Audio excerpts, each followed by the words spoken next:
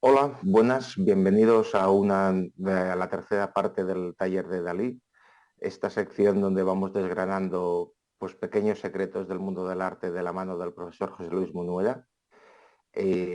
Hoy finalizamos la parte de Dalí, pues porque en algún punto hay que finalizar. Como el profesor les comentará, podríamos seguir haciendo muchas más partes sobre Dalí. Antes de darle la palabra al profesor, tan solo me gustaría hacer un comentario, viendo que la mayor parte de la gente ve esto en diferido, invitarles a venir y a participar, pues porque es una oportunidad única de poder interactuar y poder hacer las preguntas con el profesor. Pues bueno, sin más dilación, le paso la palabra, profesor Munuera. Bueno, ante todo, muchas gracias a todos aquellos que están presentes, a aquellos que estarán en el futuro presentes en cualquier momento del día. Cerramos ya el ciclo de Dalí con esta última presentación en la que vamos a ver la incidencia que tienen otros pintores sobre la figura de Dalí, cómo se sigue manteniendo en el tiempo en esta figura que es intensa y muy extensa en todo lo que hace, en todo lo que estudia. Hablaremos también de la cúpula monárquica de Dalí, con la que cierra el espacio del patio interno del Museo Dalí en Figueras, y hablaremos también del Cristo de San Juan y la técnica que él aplica para hacer el traspase de algunas de las figuras, que es bastante interesante porque nos va a dar una idea genial y general de este genio, que estaba, por supuesto, no solo en el ámbito pictórico, sino también en el ámbito científico. Empezaremos con una de las frases que él dice y que se ha hecho famosa y se ha atribuido a otros tantos eh, personas famosas, ¿no? Él dice: que hablen bien o mal, lo importante es que hablen de mí, aunque confieso que me gusta que hablen mal, porque eso significa que las cosas me van muy bien. De los mediocres no habla nadie y cuando lo hacen solo dicen maravillas. Esto te indica el concepto que tiene Dalí con respecto a la vida, con respecto a la fama y con respecto a todo. Él quería romper y lo lograba, con cada uno de los elementos que él trabajaba, con su forma de trabajar la pintura, el concepto, etcétera. Entonces, esto define en esencia la figura de este genio, ¿no? Me parece importante ponerlo porque hay muchas interpretaciones de esta frase. Esta frase está literal del el libro de 50 consejos para los pintores, ¿no? Un libro que él produce, pero se publica años después. La figura de el Ángelus de Millet es una figura que influye grandemente en la figura de Dalí con respecto a que él, cada vez que contemplaba esta obra, decía, y es una obra de pequeñas dimensiones, ahora lo veremos, comienza a mostrar interés en esta obra a principios de los años 30, dejando constancia en un libro que inicia en 1933, pero que será publicado alrededor del año 1960, que se llama El mito trágico del Ángelus de Millet. Esta inquietud que se produce en el artista hace que la considere como enigmática y perturbadora, calificándola como representativa de una escena de agresión, sexo y muerte.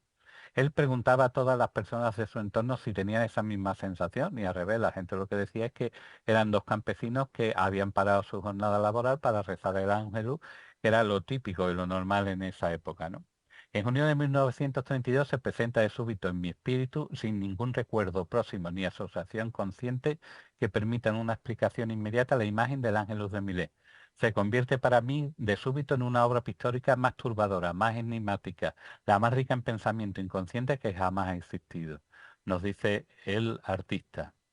De tal manera que va influenciando en cada una de sus obras. Lo vemos aquí, por ejemplo, en Ángelus de Millet precediendo a la llegada inminente de la anamorfosis, que lo hace en 1933, justo cuando escribe el libro. Vemos también el atavismo del crepúsculo en 1934.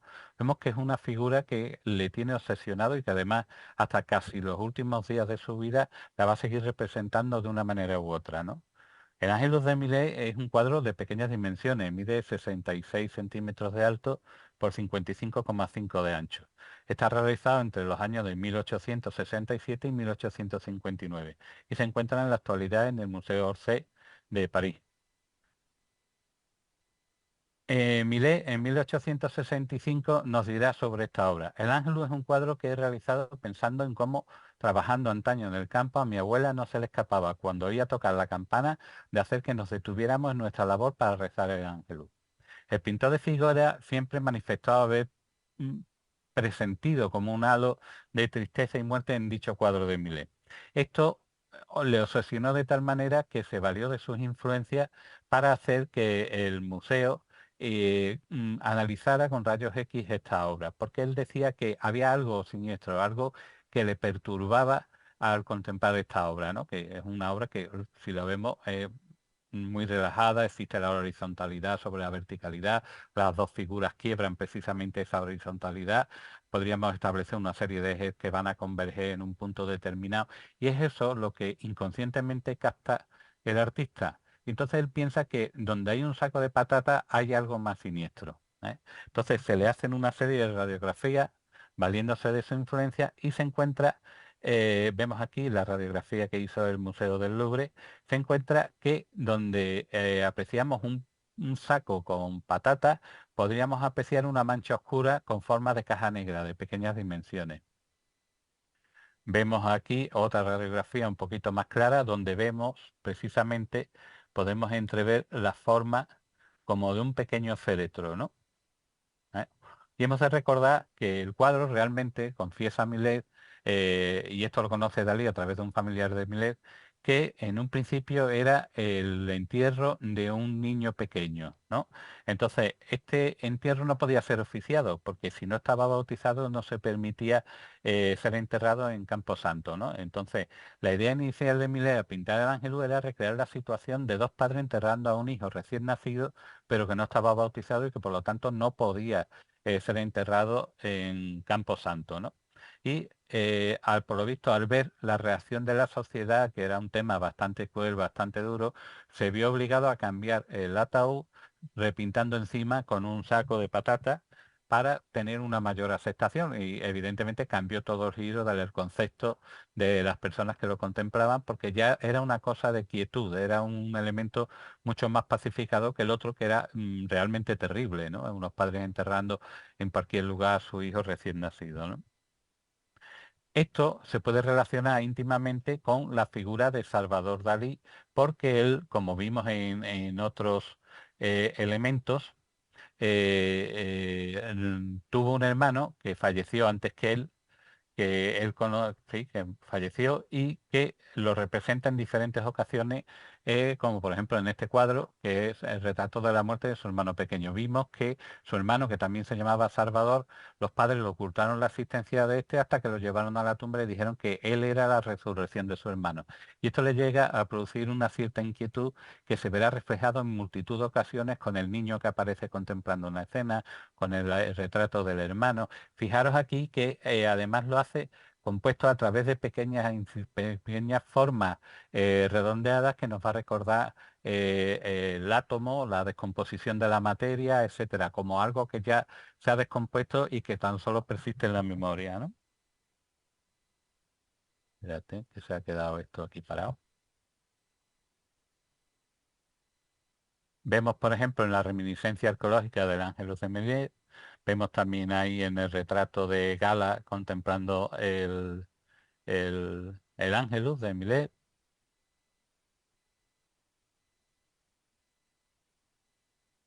Vemos que el último, en la estación de Perpiñán, en 1965, vemos cómo reproduce a su vez otra vez el Ángelus de Millet con diferentes elementos, ¿no? Las dos figuras, una figura que está vista desde abajo como si estuviera cayendo o estuviera elevándose, lo vemos también repetido aquí, vemos a Gala de espaldas sobre el saco de patata que recuerda a un pesebre, en fin, son una serie de elementos que vuelven a repetirse de manera insistente, con lo cual la influencia en el artista es francamente fuerte, ¿no? Aparece Gala sobre el saco de patata que ya hemos visto de espalda al espectador, y esta pintura, pues como hemos dicho, tiene una larga historia y que hace que sea un recuerdo penetrante y repetitivo a lo largo de toda la producción artística de Salvador Dalí. Vemos otra reminiscencia: Aurora, mediodía, amanecer y crepúsculo, pintado en 1979, muy cercano ya a la fecha de su muerte, en la que representa cuatro momentos distintos del día, que nos va a recordar también a las composiciones de la Catedral de Rouen de Monet, ¿no? En la que trabaja mediante el uso de primarios y complementarios, trabaja la forma para crear lo que son los llamados grises ópticos en pintura.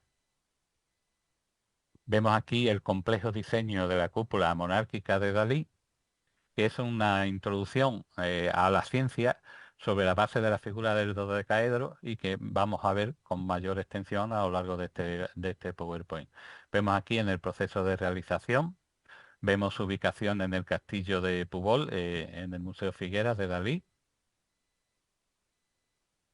En 1944 se publica la teoría de los estilos y el espejo de la arquitectura, donde aparece una serie de artículos desarrollados por el filósofo durante los años 20, entre ellos el denominado Cúpula y Monarquía, que tiene gran influencia del pensamiento de Dalí. Vemos aquí el estudio del desarrollo y cómo posteriormente la figura de Piñero va a ser que se base precisamente en los sólidos platónicos de Luca Pacioli y de los dibujos de Leonardo para ilustrar precisamente esa obra, ¿no? Entonces vemos la referencia a las distintas figuras geométricas que son constantes, principalmente en los sólidos platónicos, como ya hemos dicho, y vemos aquí, por ejemplo, los dibujos de Leonardo, como los poliedros regulares son el tetraedro, el hexaedro, el octaedro, el icosaedro y el dodecaedro, diseñados para ilustrar la obra de la Divina Proporción de Luca Pacioli, que tanta influencia tiene en la obra de Salvador Dalí y que vimos en la presentación anterior. Dalí publica su libro 50 secretos mágicos para pintar y evidencia en esa obra su obsesión por los sólidos geométricos y por el número 5. De hecho, es en el capítulo número 5 donde esta obra se relaciona con los poliedros convexos, que en sí todas las caras son iguales entre sí. Dalí entiende que el número 5 está relacionado con los dedos de la mano y es el número que ordena tanto el mundo animal como el mundo vegetal, pero nunca el mundo inorgánico, porque él ya tiene conocimiento de la descomposición de la materia, de cómo está organizada por átomos y por a su vez cada átomo por protones, neutrones, electrones, etcétera. Pero hace aparecer el número 5 siempre en forma de pentágono y lo vamos a ver la importancia que tiene cuando analicemos la cena, en la que veremos cómo en sus primeros bocetos cada uno de los apóstoles pasa a ser un pentágono. Ya lo veremos cuando lleguemos a ese punto de la presentación. Y considera que el pentágono es la quinta esencia de lo orgánico, considerando el hexágono como su contrario, como su antitipo. En el secreto 43, el pintor nos aconseja y nos dice: conoce por consiguiente tu mundo y excluye de él todo lo que se halla fuera del número 5, puesto que solamente puedes alcanzar el alma de tu obra por medio de la regularidad de los cuerpos, y de estos solo puede haber 5 que sean regulares, esto es, cuerpos cuyos lados sean planos, regulares, iguales unos a otros. Estos son el tetraedro, el cubo, el octaedro, el dodecaedro y el icosaedro. En este orden pueden ser incluidos el uno en el otro, y todos ellos pueden ser inscritos tocándola con sus vértices en la esfera. Por consiguiente, solo debes hacer uso de ellos y de sus derivados, que son infinitos en número y tan complejos que en su mayoría solo pueden representárselo la inteligencia humana por medio de la imaginación. Es decir, vemos cómo casi copia el texto de Luca Pacioli, incluso parte del texto de Leonardo para representación de estos sólidos platónicos, ¿no? Vemos ahí algunos de los estudios precisamente poliédricos de Leonardo. En el caso del icosaedrón va a parecer interesante extraer esta diapositiva de una de las páginas del libro precisamente de Luca Pacioli, porque deja muy claro el concepto y la ¿cómo diría? La multiinterpretación de cada uno de los elementos que va a componer el icosaedro y el dodecaedro. Leo textualmente: el poliedro platónico icosaedro regular tiene 20 caras, triángulos equiláteros, y en cada uno de los 12 vértices concurren 5 de estos triángulos. Al cortar los vértices con planos perpendiculares a los ejes, es decir, al truncar el poliedro, estos vértices son sustituidos por caras pentagonales regulares. El corte para truncar también convierte cada una de las caras triangulares en hexágonos regulares. Así resulta el icosaedro truncado, poliedro arquimediano que tiene como caras 12 pentágonos y 20 hexágonos. En palabras de Luca Pacioli, en la Divina Proporción, el capítulo 2 del icosaedro plano, sólido o hueco, o asiso, sólido o hueco. Vemos cómo a partir de esta figura se va desarrollando esta de mayor complejidad en la que existen hexágonos, pentágonos y a su vez si lo truncamos habría una relación de un número bastante extenso tanto de triángulos como de pentágonos. Dice aquí, el icosaedro macizo, plano o sólido tiene 90 lados o líneas y 180 ángulos superficiales y 30 ángulos sólidos. Estas líneas forman en torno a dicho cuerpo 32 bases, 20 de las cuales son hexágonos y 12 pentagonales, y todas en su especie son entre sí equiláteros y triangulares. Pero todos los lados, tanto de los pentágonos como de los hexágonos, son iguales entre sí. Es decir, vemos la complejidad de la figura y cómo él la aplica de manera continuada, tanto en su obra como llega al máximo de expresión en la cena de Dalí. El cubo es una de las principales figuras geométricas que inspira a Dalí, igualmente que puede inscribirse dentro de una esfera, aludiendo en ocasiones a la figura de Juan de Herrera en el monasterio del Escorial, ¿no? Que además se atribuye al discurso de la figura cúbica íntimamente relacionado con el corpus hipercubus que vimos la vez en la presentación anterior, que data de 1954. Veremos que tiene una gran profusión de obras en ese año, en 1954. La arquitectura en el dibujo, en el discurso de la figura cúbica de Juan de Herrera, lo podemos ver porque lo aplican arquitectos como Bofill, Moneo, etcétera, ¿no? Y Pierre Brun. Vemos aquí un apunte precisamente de la consideración de ese sólido. Salvador Dalí nos hace una obra determinada a la que se le llama Discurso sobre la forma cúbica de Juan de Herrera, en cuyas aristas puede leerse el nombre del arquitecto Juan, ¿no? Vemos las diferentes aristas, vemos también cómo se puede ver el nombre de Juan.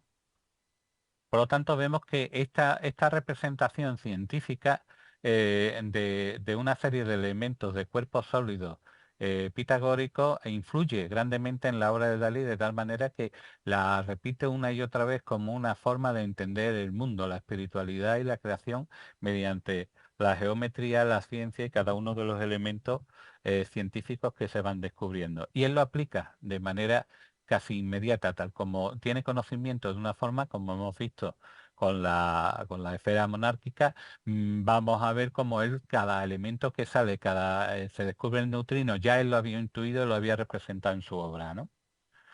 Hemos de recordar que para los matemáticos el hipercubo representa la cuarta dimensión y para los físicos el movimiento en el espacio, que están además íntimamente relacionados con el impacto causado por la teoría de la relatividad de Albert Einstein de 1915.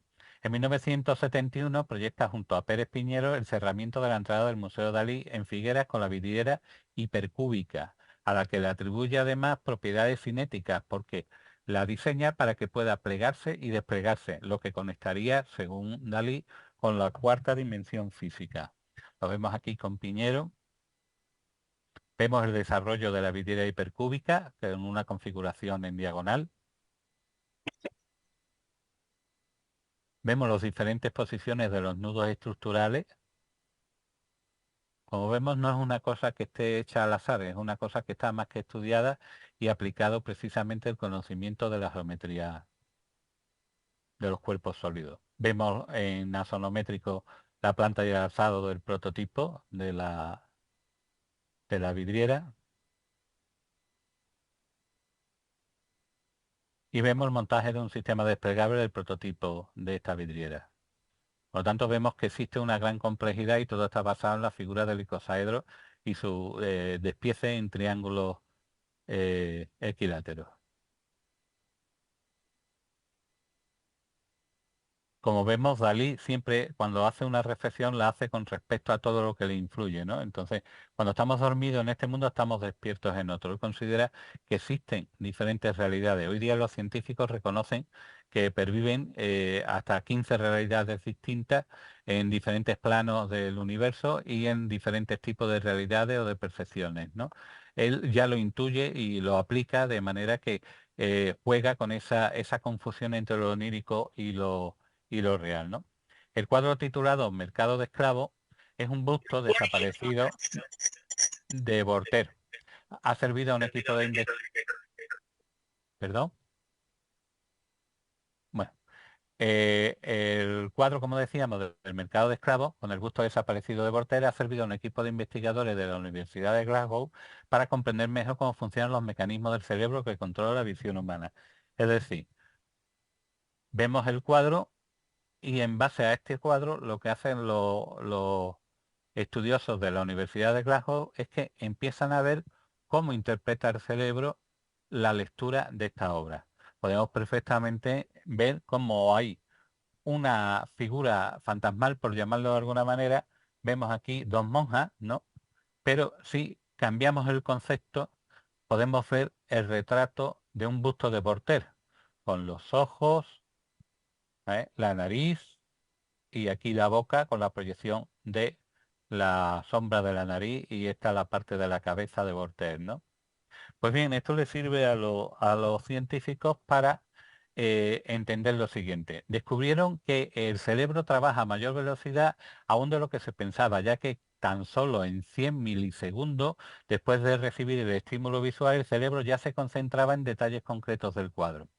El ojo izquierdo del busto, el ojo derecho, la boca y al cabo de 200 milisegundos enviaba la información a ambos hemisferios para procesarla y construir la imagen pertinente.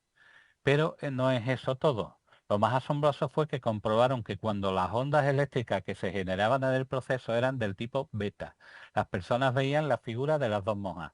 Pero cuando las ondas eran del tipo tera, lo que se veía era el busto de Voltaire. ¿eh? Volvemos a poner. Por lo tanto, volvemos a ver cómo este juego de crear figuras fantasmales dentro de la obra del cuadro lo hace mucho Dalí, porque precisamente le sirve esta argumentación de cómo contempla el cerebro, cómo dependiendo del tipo de onda tenemos una interpretación u otra sobre lo que estamos viendo sobre el plano. ¿eh? Lo que indica que la figura de Dalí no es una figura simple que se dedica a pintar y ya está, sino que es una figura que aplica los conocimientos científicos en cada uno de los elementos de sus cuadros, ¿no? Y eso lo hace que tengamos una visión absolutamente distinta de esa figura que él se crea, soy Dalí, esos esperpentos que él crea y demás. Sin embargo, nos da a entender perfectamente que es un gran conocedor tanto de la física como incluso de la física cuántica, ¿no? Cuando él reproduce el cubo hipercubo, lo que está haciendo en realidad es hablar de la cuarta dimensión y de cómo el tiempo afecta a cada uno de los elementos, ¿no? Ya hablamos en la segunda presentación de Dalí, hablamos de cómo el ojo del espectador puede hacer que un experimento cambie de resultado, con la intención manifiesta precisamente de obtener ese objetivo. Cómo se han hecho experimentos sin ningún observador y da un resultado, y cuando tiene un observador cambia radicalmente el resultado a favor de lo que pensaba el observador, ¿no? Sin embargo, también hemos visto como una partícula aquí tiene los mismos elementos una vez que han estado juntas que la partícula que se encuentra al otro lado del universo, que tendrá la misma reacción. Por lo tanto, estamos viendo cómo el espectador influencia en la obra de arte. Y Dalí aquí lo que nos enseña es que la obra de arte influye en el espectador, jugando precisamente a interpretar, y además nos va a dar una pista sobre el funcionamiento mental del espectador, ¿no? Como hemos visto, dependiendo del tipo de onda, va a haber una figura, dos monjas, o va a haber el retrato oculto ¿eh? de Voltaire. La física de partículas significó para Dalí la posibilidad de conocer los misterios insondables de la materia. Y él nos dice, en la actualidad del mundo exterior, el de la física ha trascendido el de la psicología. Mi padre hoy es el doctor Heisenberg, manifestó el pintor. El principio de la incertidumbre formulado por el físico era algo absolutamente surrealista, y nos vuelve así. Esta es la razón de que yo, que hasta ahora solo admiraba a Dalí, en la figura él es muy discreto, comienza a admirar a ese Heisenberg que se parece a mí. Vuelve a decirnos, deseaba ver y comprender las fuerzas y leyes ocultas de las cosas, evidentemente para llegar a dominarlas. Declaró el pintor, quien se consideraba a sí mismo como un medio excepcional para penetrar en el corazón de las cosas. Y redunda, en la comarca de Ampurdán, el único átomo que se encuentra en periodo de fabricación es el átomo de Dalí. Por lo tanto, vemos que es un personaje que tiene un altísimo concepto de sí mismo, pero a mi manera de entender, eh, yo también lo sería, ¿no? Si tuviera esa facilidad, esa fama y sobre todo ese empeño en conocer y en desarrollar, ¿no? Sumido en una gran efervescencia de ideas, decidí acometer la solución práctica de la teoría cuántica. Inventé el realismo cuantificado para convertirme en dueño de la gravitación. Ahí queda eso. Vemos cómo empieza a ver cómo la descomposición de la materia la reproduce en sus cuadros de manera insistente. Vemos aquí, como comentamos en la segunda presentación sobre Salvador Dalí, vemos cómo le obsesiona las dos bombas lanzadas, las dos bombas atómicas, llegando a reproducirlas de diferentes maneras. En este caso están reproducidas las bombas de Hiroshima y Nagasaki. Vemos en la separación del átomo, desmaterialización cerca de la nariz de Nerón de Salvador Dalí, justifica la vuelta al misticismo en el que incorporó elementos tradicionales de la pintura religiosa. Por ejemplo, nos dice, la Virgen no asciende al cielo rezando, sube hacia él impulsado por la fuerza misma de sus antiprotones. Comentó, consideraba las partículas y antipartículas como elementos angelicales y manifestó con ellos. Con los primesones y los más gelatinosos e indeterminados neutrinos, deseo pintar la belleza de los ángeles y de la realidad. Si los físicos producen antimateriales, está permitido a los pintores ya especialistas en ángeles pintarlas. El pión es una abreviatura del vocablo griego pi mesón, que es el nombre que se le da a las diferentes partículas subatómicas. Vemos que cuando justifica con conocimiento de causa, ¿no? Aquí una cabeza bombardeada por granos de trigo de 1954. La mujer virgen sodomizada por su propia castidad, también de 1954, que nos recuerda la postura de su hermana en el cuadro que hizo en 1923, su hermana asomada a la ventana, siendo en este predominante su obsesión por los cuernos de rinoceronte. De vez en cuando en algunos cuadros vamos a ver cómo mete sutilmente temas de una sexualidad contenida. Vemos el retrato ecuestre de Lady Dunn en 1954. También de 1954 es el retrato de la señora de James Reeves. También el de un príncipe que el nombre impracticable. También hace las ilustraciones de varios libros, entre ellos el de poemas de la balada de Sabater, de Zapatero de Ortiz, de su gran amigo de toda la vida, Calefac de Climent. También ilustra el libro de Eugenio II, La verdadera historia de Lidia de Cadaqués. Es decir, vemos que tiene durante los años 1954, 1955 y 56 una gran producción muy efervescente y además toca todos los palos. Vemos aquí Dalí desnudo contemplando extasiados 5 cuerpos regulares metamorfoseados en corpúsculos, de los que de repente aparece la leda de Leonardo, cromosomotizada por la cara de Gala. El título se las trae. Vemos un personaje que se repite, aquí podríamos interpretar en el cuadro de retrato de Dalí cuando se creía niña levantando la piel del mar, que es también otro título bastante largo. Vemos cómo podría ser la representación, como él mismo se autodenomina, que no sabe si es niño o niña, la representación del Dalí joven y Dalí viejo. Pero hay un elemento que también los une y nos indica que existe en el tiempo, que es la piel del mar y la figura del perro dormido, que es una figura que vamos a ver que Dalí no se corta un pelo a la hora de plagiar a otros autores famosos y conocidos. Esta figura la saca del cuadro de la degollación de San Cucufato, Daim Bru, que lo podemos ver en el Museo Nacional de Arte Contemporáneo de Barcelona. Es el mismo perro, el mismo perro que aparece en Dalí a los 6 años cuando quería ser una niña levantando la piedra del mar para ver a un perro que duerme a la sombra del agua, ¿no? Es el mismo elemento. Y conociendo, como después veremos a la hora del San Juan, del Dalí de San Juan, nos vamos a encontrar con que él copia, plagia y calca algunas de las figuras de diferentes artistas, como veremos con posterioridad. Tenemos aquí la representación de lilisos de Fidias, convirtiéndose en cuernos de rinoceronte.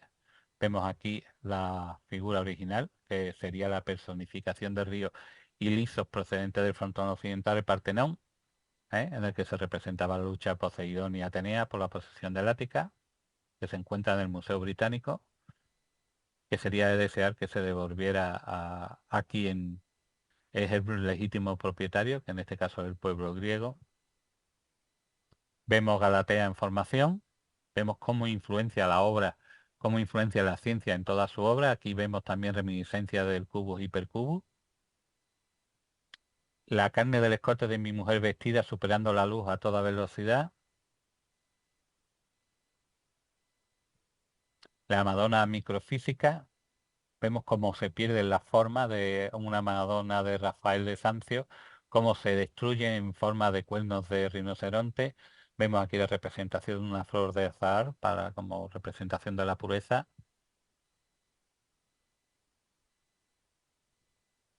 Vemos otra descomposición de la Madonna de Rafael, de Urbino.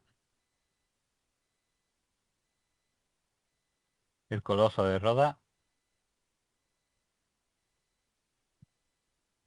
Retrato de la señora Dolores Suero Falla, de 1955, en la que vemos que está acariciando una concha de caracol con una forma fálica. ¿eh?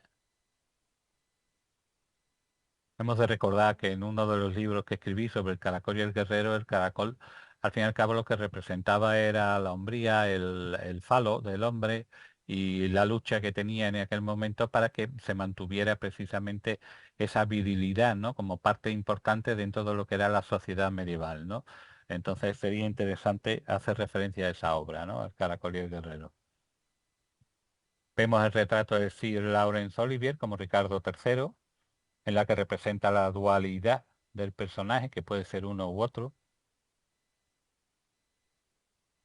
La ascensión de Santa Cecilia, que la vemos aquí, y que se pierde casi, por eso he hecho aquí un detalle ampliado, para que veamos cómo se pierde la figura en el conjunto de formas de cuernos de rinoceronte. Vemos la interpretación de la encajera de Vermeer.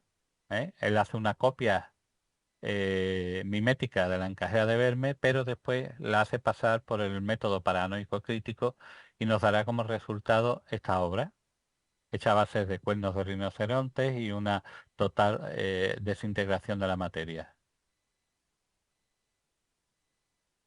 Vemos que en la cena, la habitación donde ocurren los hechos, donde está representando ese momento de la Santa Cena, es un dodecaedro con un paisaje de fondo donde vemos un amanecer y no un atardecer, cosa que es francamente curiosa y que va en contra de lo que nos dicen las escrituras, ¿no? Cristo está en el centro, es un joven barbilampiño, no tiene barba, es rubio, está predicando a sus apóstoles que están todos con la cabeza agachada y en posible sumisión. Hay un eje simétrico, es decir, lo que está a la derecha está a la izquierda. Si vemos, trazáramos uno que pasa por la figura de Cristo, quitando Cristo y quitando el vaso de vino que representaría la sangre derramada, vemos como el cuerpo también está partido en dos, en un eje de simetría, y como cada uno de los apóstoles están representados. Algunos historiadores del arte han querido ver que están representados las 12 razas de la tierra, también algunos han querido ver que están representados las 12 tribus de Israel, etcétera, ¿no? Pero vemos que el número 12 es importante también porque 12 es 1 más 2, que es 3, y 3 son la hipostasis, las tres formas de Dios, ¿no? El Padre, el Hijo y el Espíritu Santo. Vemos que Cristo en su parte inferior es casi transparente, dando la sensación de no corporeidad y que permite ver al fondo una barca de pescadores de hombres, ¿no? Se queda un Cristo translúcido que deja ver al Padre. Y yendo a la referencia de Juan, que diría, el que me ve a mí, ve al Padre, ¿no? Juan 14:8. Para mí es una de las obras más interesantes. Todos los apóstoles son simétricos, por lo tanto es imposible distinguir la figura de Judas. Pinta a Jesucristo con sus apóstoles y lo hace colocando la escena, como hemos dicho con anterioridad, en un dodecaedro, símbolo de la perfección geométrica e incluso estética de lo que existe. Era el símbolo platónico del universo, ya que en él pueden inscribirse los otros 4 poliedros regulares que, según decían los pitagóricos, correspondían a los 4 elementos: el aire, el fuego, el agua y la tierra. 12 son las caras pentagonales del dodecaedro, 12 fueron los apóstoles, las proporciones que rigen esta composición se rigen por el número de oro y presenta a su vez varias veces en los pentágonos regulares. Su poliedro dual es el icosaedro. Vemos aquí el despiece de la figura. Y siguiendo la enseñanza de Leonardo da Vinci, Dalí posicionó la mesa exactamente en la sección dorada con respecto a la altura de la pintura y situó a dos discípulos al lado de Cristo en las secciones doradas del ancho de la composición. Ahora veremos un esquema para poderlo comprender con mayor facilidad. La transparencia trascendental, divinidad de Jesucristo en contraposición con la sólida simetría de los apóstoles, el tratamiento del tema sin detalle con una luz ardiente, hace de esta un ejemplo de composición mística, ¿no? Vemos aquí, por ejemplo, bueno, en este caso haría referencia a los Hechos de los Apóstoles 2.33 que nos dice: a este Jesús Dios lo ha sentado a su derecha y ha recibido del Padre el Espíritu prometido.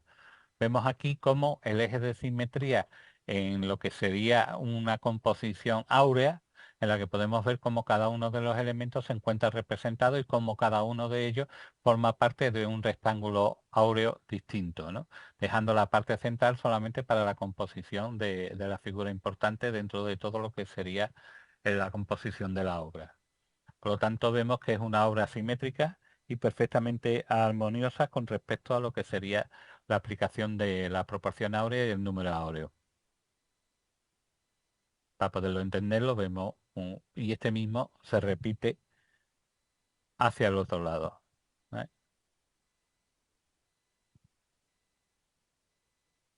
Para mi gusto, una de las mejores obras de Salvador Dalí, con diferencia.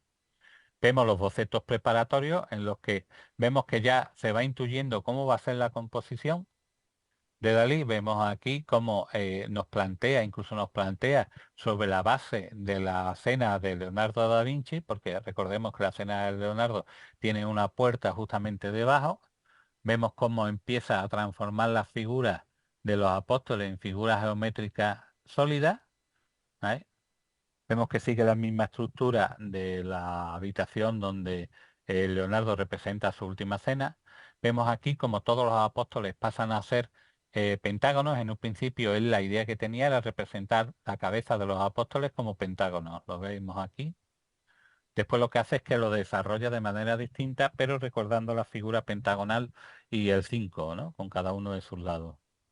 Vemos aquí el esquema de la composición de Cristo, en la que desde el primer momento aparece el vaso de vino y su reflejo de la sombra proyectada, pero no aparecen los panes. Eso lo añadirá él después precisamente para causar precisamente esa simetría óptica, que es lo que él busca desde el primer momento.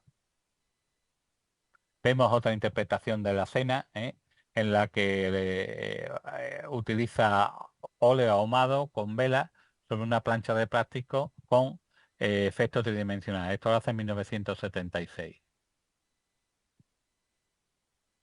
Pasamos a ver la obra del Cristo de San Juan, de Dalí.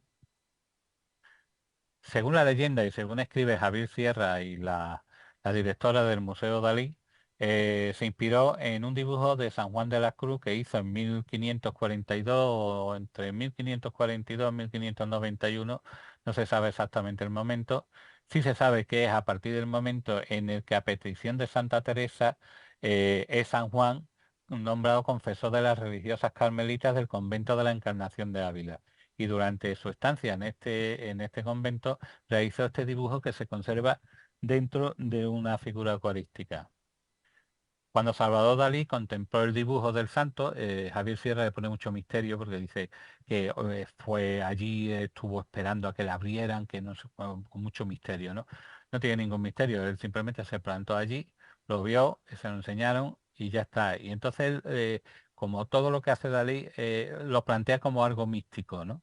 Entonces él dice que en sueño escuchó la voz de Jesucristo que le decía: Dalí, tienes que pintar ese cuadro. Y en otro sueño el pintor conversa con Jesús, quien le indica que debe acercar su figura y su mensaje a los hombres a través de la belleza y no por medio del dolor. Y si lo vemos, un Cristo que no está sacrificado, es un Cristo que está quieto, que está tranquilo, que ha asumido su muerte, etcétera, ¿no? Vemos aquí diferentes bocetos, ¿eh? Y entonces nos dice Dalí: que Ingres deseaba inculcar en ti profundamente esa idea patricia, grabándola con la afilada punta de su severo y jurídico lápiz, cuando escribió con objeto de que lo recordara siempre que el dibujo es la probidad del arte. Es decir, le dan una importancia soberbia a lo que es el dibujo. De hecho, la obra de Dalí es casi todo dibujística, ¿no? En el sentido de que son cuadros con color, no, son dibujos con color. Vemos aquí algunos de los bocetos del Cristo de San Juan.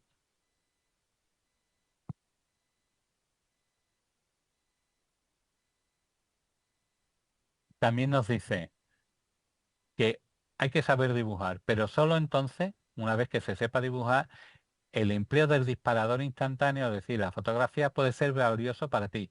Debes darte cuenta de que una cámara fotográfica es rígida y mecánica y que tus ojos, por el contrario, son suaves y llenos de una extravagante inventiva que la pobre lente no posee en ningún modo. Entonces cogió un modelo y técnicamente lo crucificó, que no lo crucificó, lo ató por las muñecas, ¿no? Le hizo la fotografía que después veremos cómo la traspasa. Hay diferentes elementos fotográficos. Vemos aquí una figura de un pescador. Esto es en Italia. Vemos aquí también en Portugal. Vemos una barca que la coge de la fotografía y la pinta. Vemos cómo él nos explica la técnica del estarcido, es decir, él coge la fotografía, le pone un papel de calco, la copia y sobre ese papel de calco se hacen unas pequeñas incisiones a lo largo de la línea que posteriormente con una muñequilla y con un poquito de pigmento lo tamponamos sobre los puntitos y esos puntitos nos da una figura que nosotros después lo único que tenemos que hacer es trazar la línea en donde está la sucesión de puntitos y manchar los diferentes elementos de los planos, ¿no? Vemos aquí, después de hacer el estarcido para calcar lo que es el dibujo. El modelo se llama Russ Sander o Russ Sander y nos habla precisamente de la técnica del estarcido, del punzón, etcétera. Nos dice, cualquiera que sea el modo que se emplee, después de haber marcado todos los puntos del original, ha de separar su copia quitando las agujas o pinzas que ha usado para unir las dos hojas. Y la hoja de papel, estando enteramente cubierta de punzadas, de alfiler o de impresiones, entonces se dibujan de un punto a 4 líneas similares a aquellas que están trazadas en el original. Estas líneas se dibujan primero con lápiz, cuya punta se haya dividida en forma que trace una línea doble. Eso está en el libro de los 50 consejos mágicos en la página 190. Vemos aquí como una vez que ha traspasado el dibujo, lo único que hace es manchar para crear ese efecto de volumetría básico. Y después nos dice en la página 212-214 del mismo libro, después de lo cual trasladarás sobre ella tu calco de acuerdo con las indicaciones siguientes, las cuales constituyen el secreto número 24. Para esto procederás como los grabadores al trasladar su calco sobre la plancha de cobre. En otras palabras, grabarás tu dibujo por medio de una aguja u otra punta extremadamente fina sobre una hoja de celofán del tamaño adecuado. Después cubrirás tu calco con óleo. Con el blanco y la tierra quemada harás una tinta justamente lo bastante perceptible para permitirte ver con claridad los más delgados pormenores de tu calco. Esta pintura debe ser aplicada sin ningún barniz ni secante, de tal modo que tu tinta penetrará en la incisión de cada línea grabada en la celofana.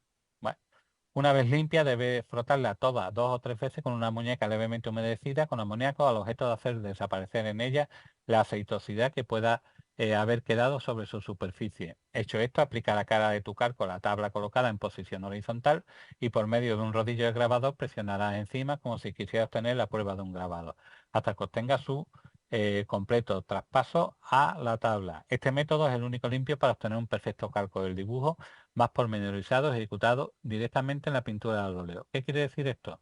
Nosotros sobre un papel vegetal lo que hacemos es que con un punzón de colegio trazamos la línea y creamos una pequeña hendidura hacia dentro.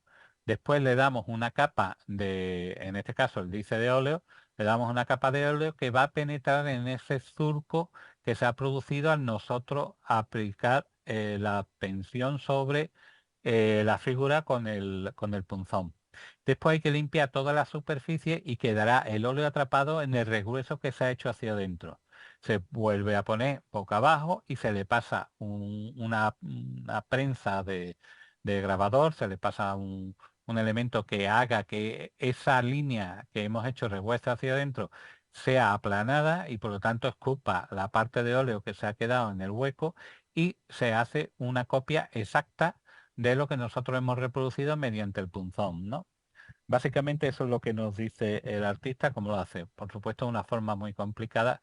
Yo enseño a hacer fresco en la pared y nosotros lo que hacemos es sobre la fotocopia, lo ponemos en el mortero fresco y le pasamos un lápiz o un bolígrafo por encima de la superficie y queda sobre la pared, en el mortero fresco, queda el regrueso del contorno de la figura, lo que nos va a servir después para trabajar por jornada, y la parte que no nos sirva porque no nos dé tiempo, hay que eliminarla. Entonces nosotros, ese mismo regreso nos sirve de línea de corte para poder eliminar la parte sobrante del mortero.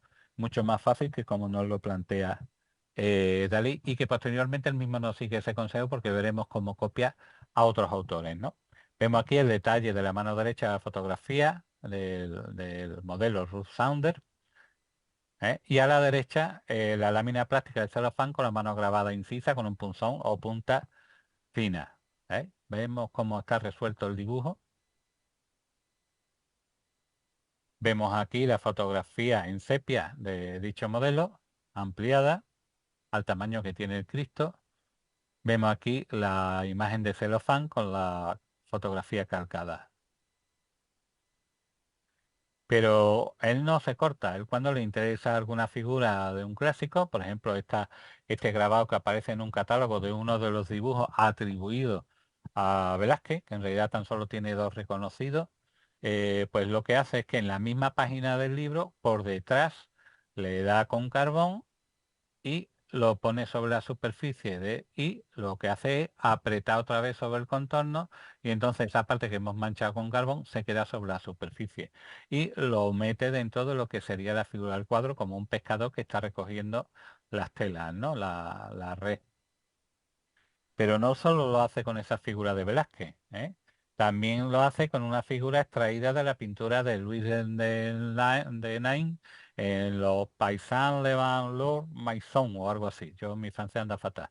De 1641. Vemos la figura, vemos el cuadro del que ha extraído la figura. Como vemos, es una copia. Incluso no se molesta en hacer los pies. Como está tapado por esta figura, lo que hace es como si estuviera sumergido en el agua. Vemos el detalle de las incisiones sobre la fotografía para el calco. Se puede observar el regreso de la línea. Vemos la fotografía y vemos cómo a la apretar ha creado un surco. Lo vemos por la parte de atrás. Ese surco se rellena del material que sea y después al aplanarlo pasa a quedarse sobre la superficie de la obra de arte, ¿no? Nos dice Dalí sobre la pintura al óleo: ningún ilusionismo atmosférico era posible con gouache. No se podía pintar el misterio de la carne, la gloria de la pintura con aquella superficie iridiscente que la caracteriza, ni el misterio del azul del cielo, que es el propio misterio de la transparencia de la técnica pictórica. Pues incluso metafísicamente lo que la pintura puede expresar con luminosidad grandiosa son precisamente los cielos y la carne. Esto nos lo dice en la página 66 de los 50 consejos. Vemos aquí la forma de la representación dentro de lo que sería una figura circular. Vemos aquí el original del dibujo atribuido a San Juan, en el convento de las Carmelitas. Lo vemos aquí cómo está y dónde está, junto con un resto del santo, una reliquia. Vemos el grupo de los surrealistas, en la que, como vemos siempre, Dalí tiene que ser el centro de atención, en el puro centro. De aquí con su gran y único amor. La bibliografía sobre la que nos hemos basado para hacer los 3 presentaciones de Salvador Dalí. Y el próximo será Las Meninas de Velázquez, que por sí sola ya abarca toda, solamente va a ser una presentación solo sobre las Meninas de Velázquez, que tiene muchísima literatura al respecto y muchísimas claves, tanto de carácter hermético como simbólico, ¿no? Que analizaremos en la próxima presentación. Y quedo a vuestra disposición para cualquier pregunta, cualquier duda, cualquier aclaración, cualquier, en fin, Sí, gracias profesor por la ponencia, muy interesante. a Y vosotros. yo me gustaría profundizar un poquito más en el tema de en el cuadro del Ángelus. Él fue el único capaz de leer la atmósfera, los personajes. O sea, el cuadro se pintó inicialmente con una intención y luego se cambió el elemento que lo definía y a partir de ahí, pues el resto de gente que lo ve, pues bueno, pues un rezo. Y en cambio él sí que entendió y vio y no paró hasta poder probarlo, hasta hacerles los rayos X. O sea, en ese sentido sí que supo interpretar lo que no estaba o lo que no se veía. Es que verás, muchas veces los pintores en general vemos cosas en los cuadros que la gente no ve. Podemos ver un cambio tonal que nos indique precisamente la forma que de lo que había por debajo. Hoy día, gracias a la reflectografía infrarroja, podemos incluso ver los dibujos que hay, ¿no? Cuando hicimos la presentación del Bosco, vimos precisamente los dibujos subyacentes. Entonces, claro, en un principio, si se hubiese aplicado, ten en cuenta que estamos hablando de una radiografía que se hicieron en 1960, 66. Hoy día, si se hiciera una reflectografía infrarroja, podríamos ver perfectamente los dibujos preparatorios y por lo tanto podríamos ver con mayor definición la caja del niño muerto, ¿no? O incluso si el niño estaba representado o no, o estaba simplemente representado con una caja. Entonces nosotros los cambios tonales sí los valoramos, podemos entender que hay algo. Y además te digo una cosa, el óleo, pese a ser muy cubriente, con el tiempo va perdiendo fuerza la capa pictórica y va trepando hacia afuera los colores oscuros y los colores tierra, con lo cual es muy fácil que él hubiese distinguido esa forma y le hubiese producido esa inquietud de, ¿cómo te diría?, de manera casi intuitiva, ¿no? Entonces sí, estamos hablando de un genio y por lo tanto estamos hablando de una persona que seguro que tenía esa intuición y que seguro que supo ver ese cambio de tonalidad cuando el resto de la gente no. Eso tú lo puedes ver cuando vas a una exposición de un clásico cualquiera, de un grande. Yo me acuerdo de una que se hizo en Madrid sobre Velázquez y fui, tuve que aguantar una cola kilométrica y demás.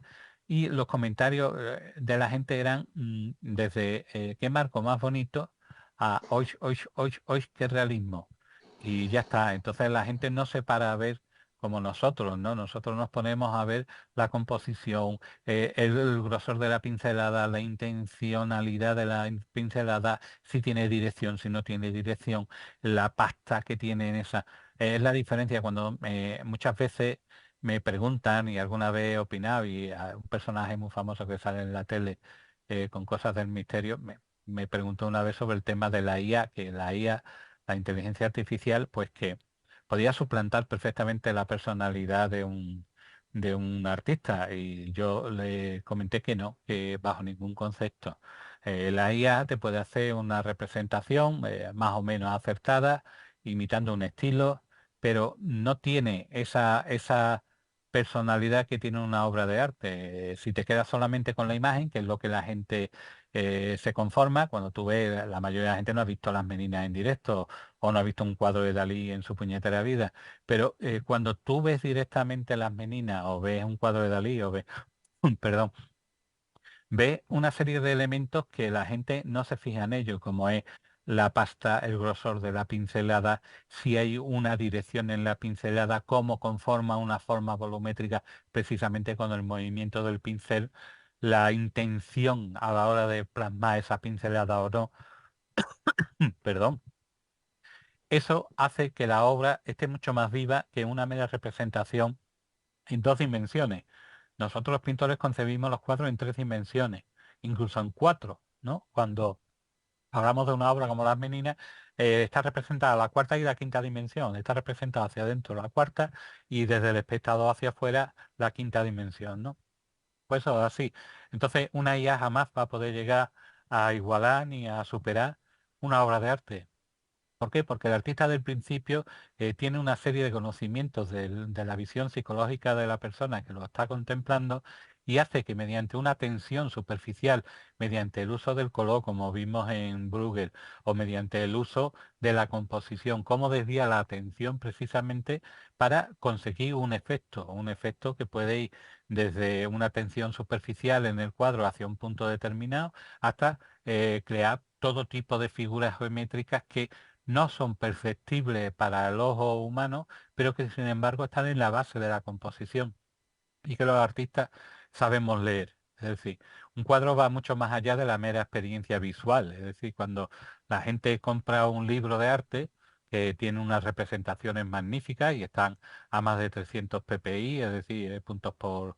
Pues está muy bien, pero no llega a la calidad que tiene el estar presente delante de esa obra y poder ver todas esa sinfonía de elementos que componen y que te hace acercarte no solo a la obra de arte, sino también a la personalidad del pintor, porque ve la intencionalidad en cada uno de los gestos que hace. Y más algunos pintores que cargan la pintura para dar un efecto de volumetría, otros que lo hacen más transparente, otros que en el mismo cuadro juegan con esos volúmenes, como es el caso de Velázquez, ¿no? Que Velázquez tiene algunos de los cuadros, parecen borrones de cerca, las manos son borrones, y te alejas 2 pasos para atrás y ves una uña y un dedo perfectamente modelado y perfectamente trabajado. Esa intencionalidad, esa no la puede hacer la IA, porque no tiene personalidad. La IA lo que hace es que aprende de multitud de imágenes, pero ni es capaz de hacer un aguzamiento que lleva una atención superficial en un cuadro hacia un punto muy determinado, ni te hace hacer una lectura, como veremos cuando veamos Las Meninas, cómo nos obliga, después de 500 años, verás que nos sigue obligando a entrar por la parte superior izquierda y hacer un recorrido visual, como veremos, siguiendo la proporción áurea hasta perdernos en la figura del fondo. Y eso no lo hace una IA. Lo hace si tú le das la orden, pero ahí no está ya la, ¿cómo te diría?, la personalidad del individuo, ¿no?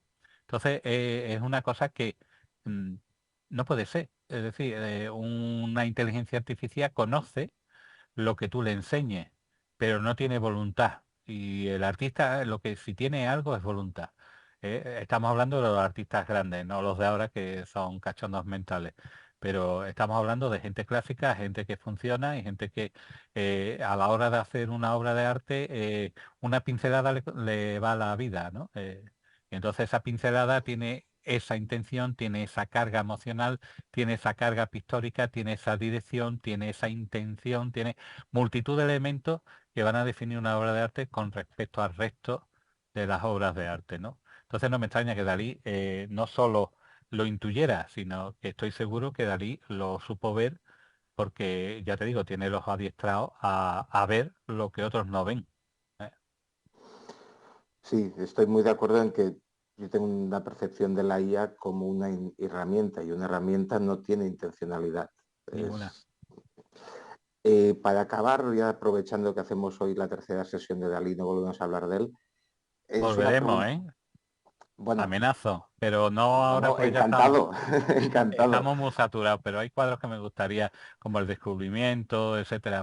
Sobre todo los cuadros religiosos, que aquí hemos hablado de unos pocos, pero habría que ver la trayectoria, cómo evoluciona el genio de Dalí con respecto a los cuadros religiosos y demás. No descarto más adelante, en la próxima temporada, el dedicar uno para la evolución artística de Dalí y sobre todo su evolución mística dentro de lo que sería eh, eh, ¿cómo te diría? La evolución espiritual del artista. Sí, por favor, suena muy interesante.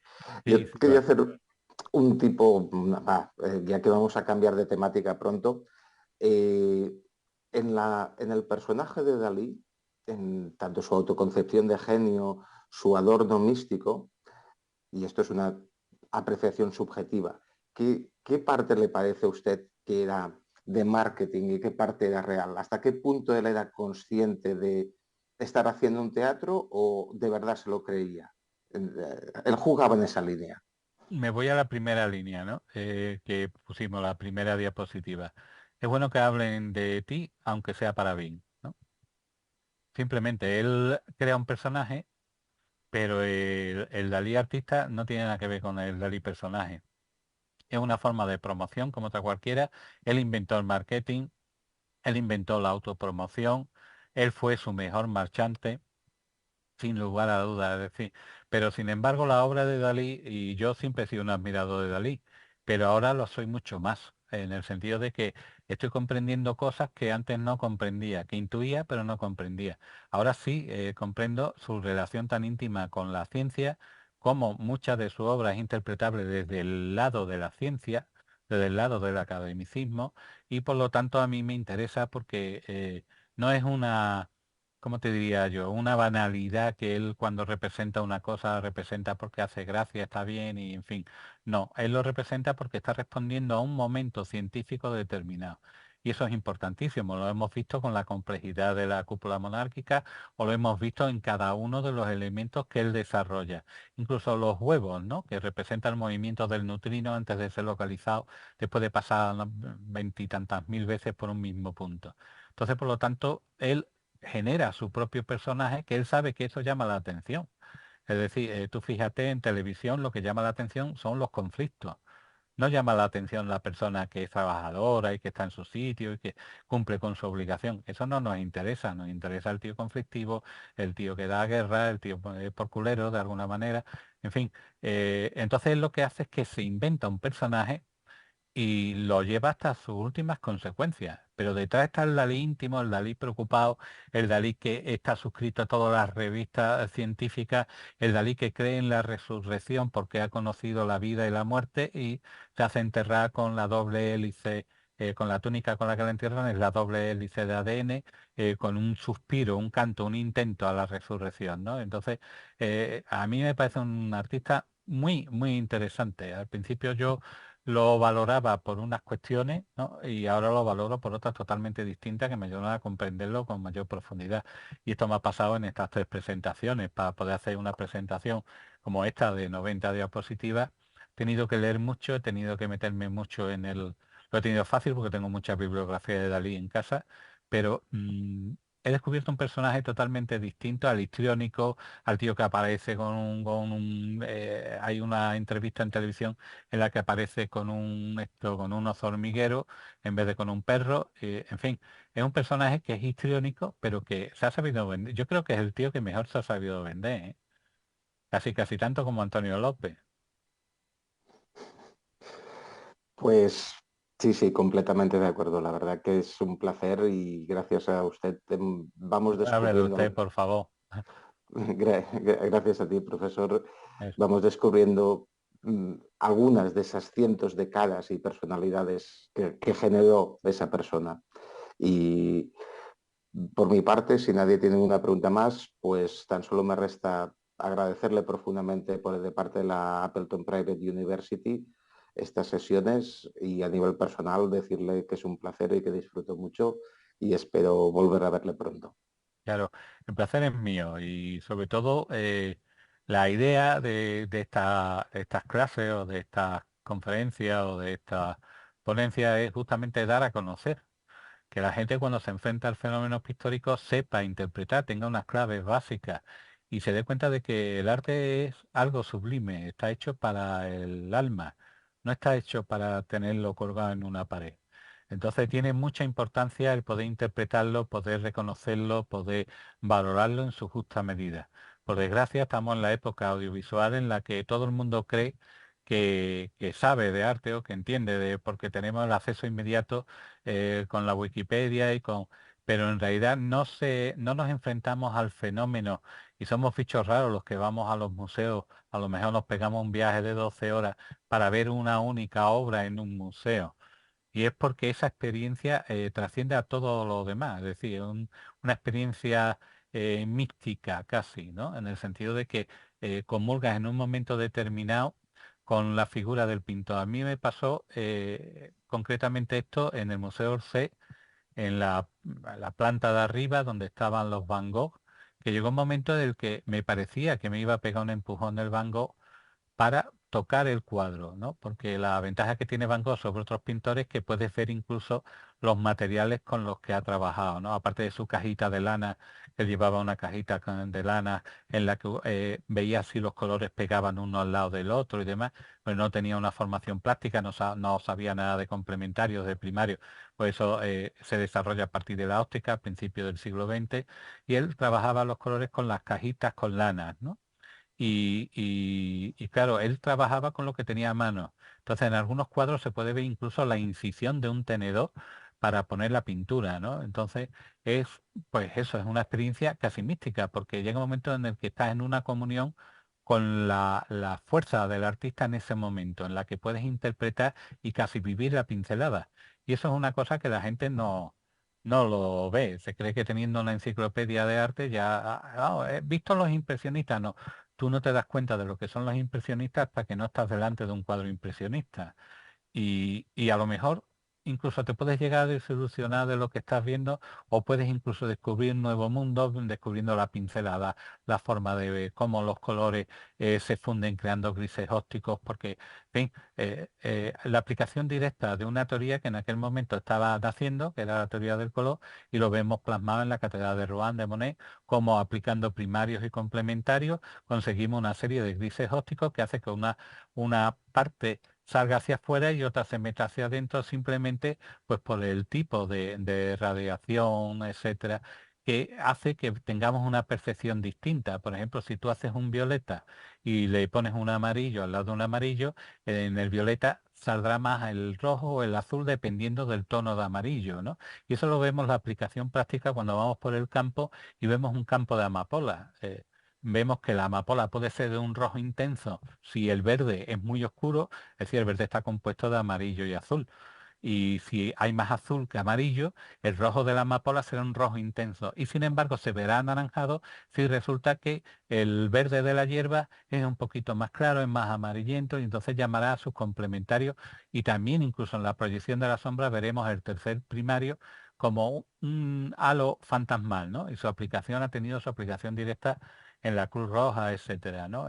Para poder resaltar los colores. Entonces es importante el conocer el arte porque, ya te digo, es una forma de sublimar el espíritu, igual que la música o la danza. Hoy día, por desgracia, son las tres artes que subliman el alma y que por lo tanto dotan al hombre de una mayor sensibilidad, inteligencia y sobre todo de una independencia intelectual, y eso no está ni financiado ni tiene ayuda ninguna. Sin embargo, otros tipos de arte, la cinematográfica, por llamarla de alguna manera, pues sí tiene subvenciones porque llega a más partes del pueblo y puedes lanzar una soflama de carácter ideológico. El artista no tiene ideología, el artista tiene arte. Y ya está. Y no puede ligarlo a ideología porque en el momento que lo liga a una ideología empieza a perder calidad en favor de esa ideología que lo que hace es pervertir el mensaje artístico. Y ya está, porque me estoy pasando ya. Un placer, El profesor. placer es mío. Pues nos vemos en una próxima intervención. Muchas gracias por estar aquí una vez más. A vosotros siempre.